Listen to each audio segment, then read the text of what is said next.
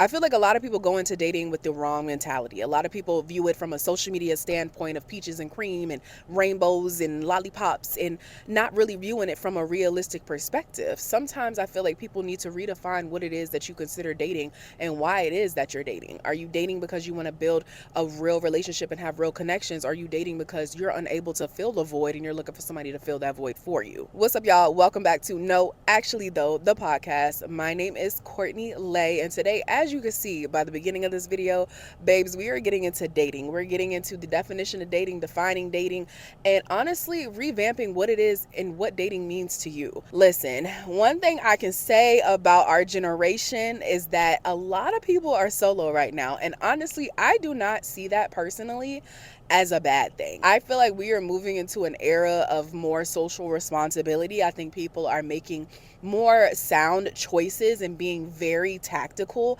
about what they're doing and how they're doing things. Not to say that everybody is doing that. You always got to have a dummy here and there in every situation. But I feel like we are slowly but surely moving into an era where people are just kind of, in a sense, putting their foot down based off of what it is that they want and how they want things. Now, the main reason that I wanted to do this video was I wanted to kind of give perspective on redefining what dating means to you and making sure that your, goals and your mindset is clear when going into dating situations. I feel like this new generation has really, and I'm not even going to say the new generation, I feel like low-key it started with my generation, had turned dating into a completely different thing. We have literally taken the concept of dating and twisted it and turned it into kind of like this manipulation tactic. We created what I hate the most, which is the talking phase.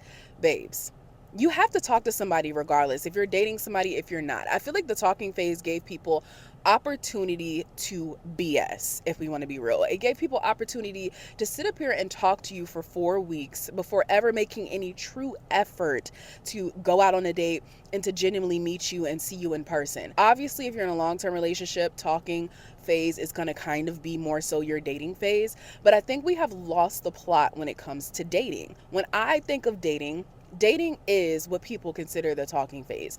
The talking phase, I feel like, should be no more, especially if you live in the same city as the person, it should be no more than about a week. I feel like there's nothing wrong with that first week talking to somebody, FaceTiming that person to make sure they really are who they are and kind of getting a feel of if that person is somebody that you can see yourself dealing with. But I mean, after a week, what are we doing? Are we going to text every day? Are we going to what you doing every day? What exactly are we doing here besides wasting each other's time? I think after that first week, there shouldn't be a talking phase. It should be okay, now we're dating. Dating does not equal a relationship. And I think that's the line, the thin line that they have turned and like twisted and basically broke and meshed the two together. Dating means we are actively dating each other. We're trying to see if we even want to get into a relationship. We're going out on dates, feeling each other's energy to see if this will work. Relationship means we are actively together and we have agreed that we are going to be monogamous to each other, or whatever the hell the case is of what you like to do. I feel like we have definitely changed the definition of dating and what it is, and I think that's why a lot of people end up getting hurt. A lot of things are misconstrued because, babes, there's no thin line. There's no clearly defined line between anything nowadays. The most important thing when it comes to dating, of course, is defining what it is that you personally want, even before you get into a position of talking to somebody, or even, asking the other person about what it is that they're aspiring or what it is that they want. I think it's important for you to understand what it is that you're looking for. And I think a lot of people don't realize that they don't have clear defined standards of what it is that you're looking for. A lot of people go into wanting a relationship because they just want companionship. And I hate how society makes it seem like companionship is only achievable through romantic aspects. I feel like some of the best companionship that I've had is through my friendships. I feel like there can be romance within friendships, just minus the obviously sexual part of it. And I feel like a lot of people go into dating not genuinely wanting to be with a person, getting to know a person, or grow this bond with a person. They want to do it because society told them to, social media told them to, and because they're lonely and they want someone there to, feed their ego or feed their needs. Ask yourself, genuinely, why do you want to date? Is it because you want to fill this void? Is it because you genuinely want partnership and you want to build and grow with someone? Is it because you just simply want kids and you want to be a wife and you want to whatever? Why is it that you literally want to sit here, and why is it that you're going into the dating scene? I feel like you need to have clear defined standards, because then that will make it easier when you actually approach someone or someone approaches you, in terms of figuring out if this person is for you or if this person is not for you. We are in the digital age, you guys. Dating apps are a large part of how people date, how people find each other, and they're not the worst thing. But honestly, sometimes I feel like with dating apps, you got to realize like you're in the clearance section. And it's not to be harsh, but I really feel like a lot of the people who are on these dating apps are people who are not seriously looking for anything.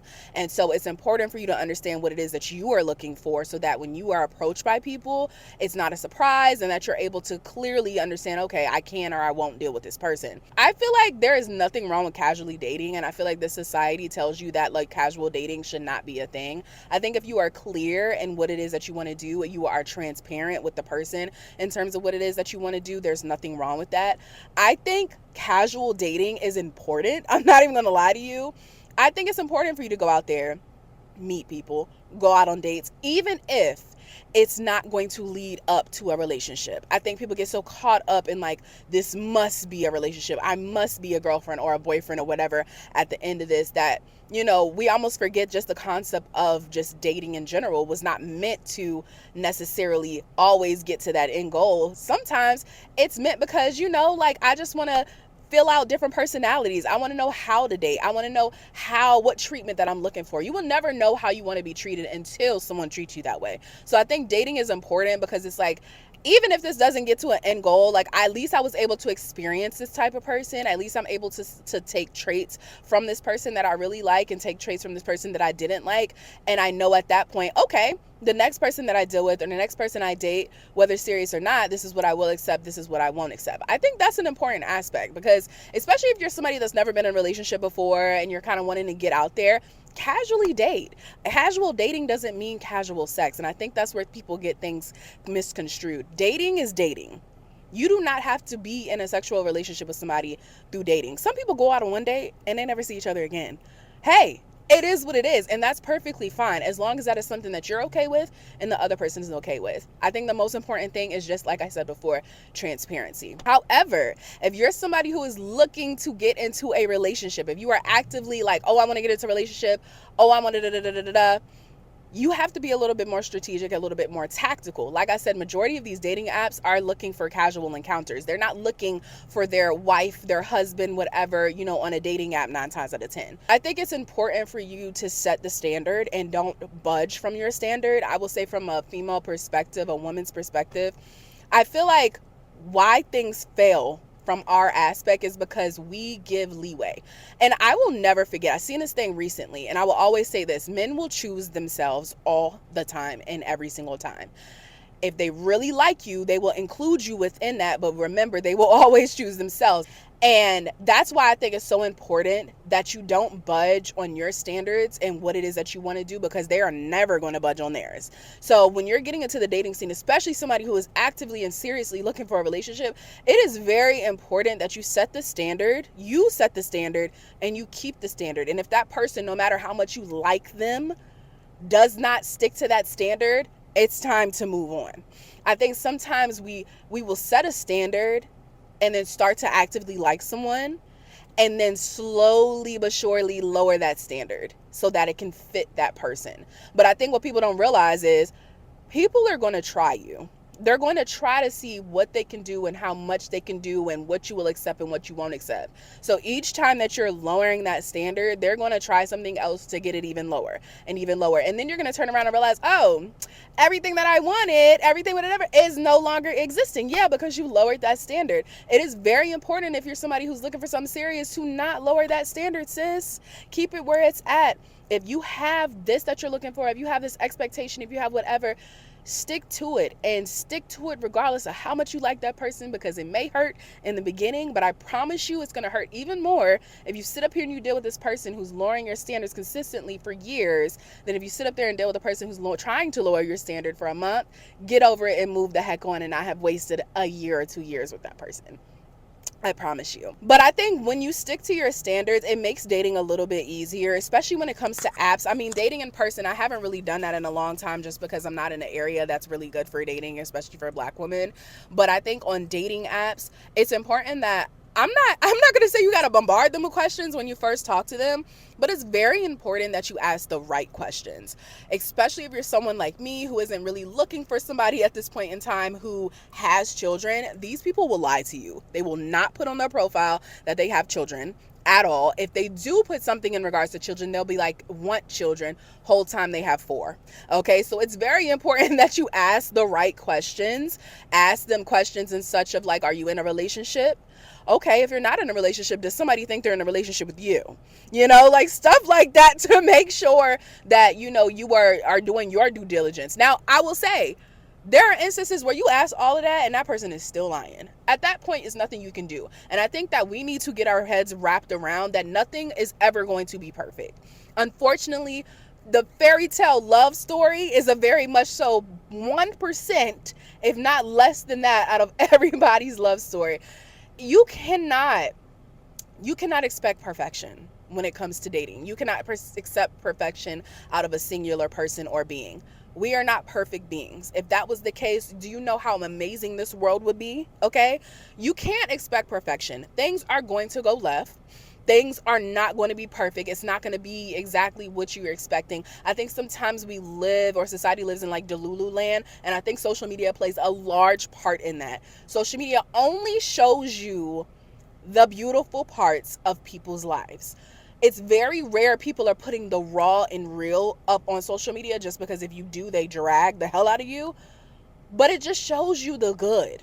So I think some people get wrapped up in what they see on the surface, that they forget to realize you aren't seeing what's past that surface. Anybody can fake the funk. You know how many people go on social media and look like they big ballin' luxury, and then whole time you ain't got a couch in your crib and you sleeping on the air mattress on the floor. Like, that's my point when I say you really have to set your own standard and don't let social media or anyone else tell you how you should date or how you should do things.